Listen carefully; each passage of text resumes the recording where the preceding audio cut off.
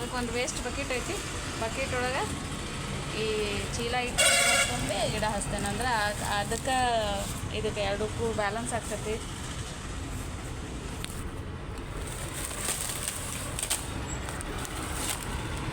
ಈಗ ನೋಡಿರಿ ಮಣ್ಣು ತೊಗೊಂಡು ಬಂದೇನೆ. ನಾನು ವಾಕಿಂಗ್ ಹೋಗ್ತೇನಲ್ಲ, ನಾನು ಮಣ್ಣೆಲ್ಲ ಶೇರ್ ಮಾಡಿದ್ನಲ್ಲ ವಿಡಿಯೋ, ಅದು ಅಲ್ಲಿದ್ದ ಮಣ್ಣು ಬೈಕ್ ಒಳಗೆ ಹೋದಾಗ ಒಂದು ಚೀಲದಷ್ಟು ತೊಗೊಂಡ್ಬಂದಿದ್ದೆ.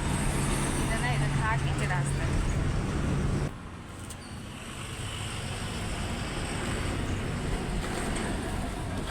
ಚಲೋ ಮಣ್ಣು ಐತೆ ನೋಡ್ರಿ, ಇದು ಕೆಂಪು ಮಣ್ಣು. ಅದಕ್ಕೆ ನಾನು ಮಕ್ಕಳು ಸ್ಕೂಲಿಂದ ಬರುವಾಗ ಹೋಗಿ ತೊಗೊಂಬಂದ್ಬಿಟ್ಟೆ.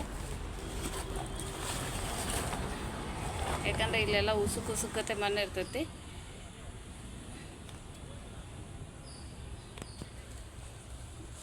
ಆದಷ್ಟು ನಮ್ಮ ಮನೆ ಸುತ್ತಮುತ್ತ ಎಲ್ಲ ಗಿಡ ಬೆಳೆಸ್ಬಿಟ್ವಿ ಅಂದರೆ ಹೊರಗಿನ ಟೆಂಪ್ರೇಚರ್ ಏನಾರೇ ಇರಲಿ, ನಮ್ಮ ಮನೆ ಸುತ್ತರೆ ತಂಪಿರ್ತೈತಿ. ಅವು ಸಣ್ಣ ಇರಲಿ ದೊಡ್ಡ ಇರಲಿ, ಯಾವ ಒಂದು ಗಿಡ ಒಟ್ಟು ಗ್ರೀನ್ ಇರಬೇಕು. ಆಮೇಲೆ ಆಕ್ಸಿಜನ್ ಇದಾಗ್ತೈತಿ. ಆಮೇಲೆ ಅದ್ರ ಹೂವು ಬರುವಂಥ ಗಿಡ ಇದ್ರಂತೂ ಅದನ್ನು ಬೆಳಗ್ಗೆ ಎದ್ದ ತಕ್ಷಣ ನೋಡಿದರೆ ಎಷ್ಟು ಖುಷಿ ಆಗ್ತೈತಿ. ಆಮೇಲೆ ಅವ್ರು ಡೈಲಿ ನೀರು ಹಾಕ್ತೇವಲ್ಲ, ಮನೆ ಸುತ್ತಮುತ್ತ ಎಲ್ಲ ತಂಪಿರ್ತೈತಿ. ಆಮೇಲೆ ಇವು ಆಲಿವರ ಜೆಲ್ಲು ಇಂಥವೆಲ್ಲ ಬೆಳೆಸಿದ್ವಿ ಅಂದರೆ ನಮ್ಗೆ ಕೂದಲಿಗೆ, ಸ್ಕಿನ್ಗೆ ಎಷ್ಟೋ ಮಂದಿ ಅದನ್ನು ತಿನ್ನೋಕ್ಕೂ ಯೂಸ್ ಮಾಡ್ತಾರೆ, ಜ್ಯೂಸ್ ಮಾಡ್ತಾರೆ. ಹಾಗೂ ಎಲ್ಲ ಇದು ಮಾಡ್ಬೋದು. ಸ್ವಲ್ಪ ಹಿಂಗೆ ಗಂಟು ಇದ್ದದೆಲ್ಲ ಹಿಂಗೆ ಒಡೆದು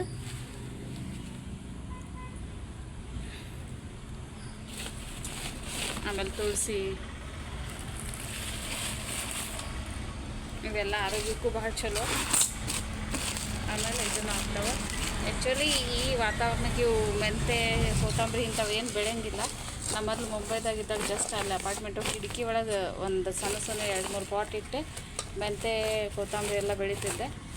ಇಲ್ಲಿ ಯಾಕೋ ಗೊತ್ತಿಲ್ಲ, ಇದನ್ನ ಆಗ್ಬಿಡ್ತಾವೆ, ಕೊಳ್ತಂಗೆ ಆಗ್ಬಿಡ್ತಾವೆ, ಇಲ್ಲ ಒಣಗಿ ಬಿಡ್ತಾವೆ.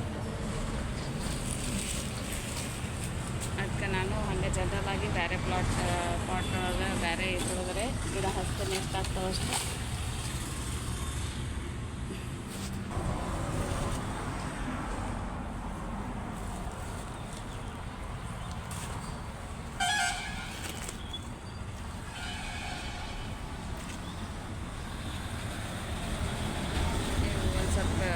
ಗಟ್ಟಿಯಾಗಿರ್ತಲ್ಲ, ಇದು ಮಾಡೋದು. ಆಮೇಲೆ ಏನು ಅಕಸ್ಮಾತ್ ದೊಡ್ಡ ಕಲ್ಲಿದ್ದು ಅಂದರೆ ಕಲ್ಲು ತೆಗಿತೇನೆ.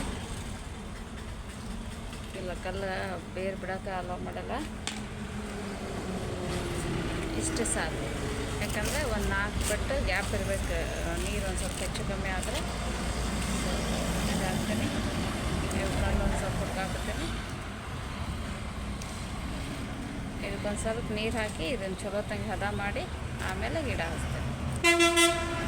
ಆಮೇಲೆ ಇನ್ನೂ ಒಂದು ಸ್ವಲ್ಪ ಇದು ಮಣ್ಣು ಉಳ್ದೈತಿ. ಈ ಮಣ್ಣು ಮತ್ತು ಬೇರೆ ಬೋಟಿಗೆಲ್ಲ ಹಾಕಿ ಇನ್ನೂ ನೋಡ್ತೀನಿ ಯಾವ ಗಿಡ ಹಚ್ಚಕ್ಕೆ ಆಗ್ತೈತೆ.